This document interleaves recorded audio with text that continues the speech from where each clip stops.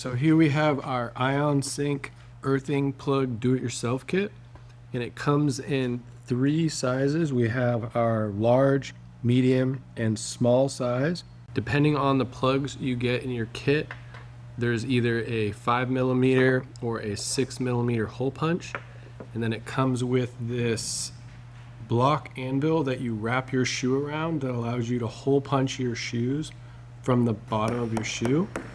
And then an optional inclusion is this sharp skive used in leatherwork, and this allows you to shave the lugs off your outsole. And then the tools that you're gonna need at home, hammer and scissors. That's pretty much it. The iON Sync earthing kit allows you to ground any shoes ranging from 1/4 inch thick to 1/2 inch thick with these iON Sync earthing plugs in a matter of 5 minutes. So as you can see, in this shoe installed the iON plug through the shoe, and it passes from the inside to the outside, and that's serving as the ground for my foot.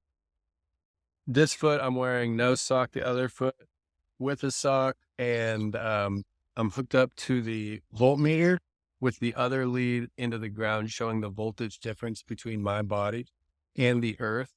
And as I'm sitting on the insulated platform, I also have this extension cord that's plugged in, and I have it in my pocket, which is serving as the EMF field that's bringing my voltage up, as you can see on the screen. But now stepping down with the socked shoe, voltage goes down, step back, voltage goes back up.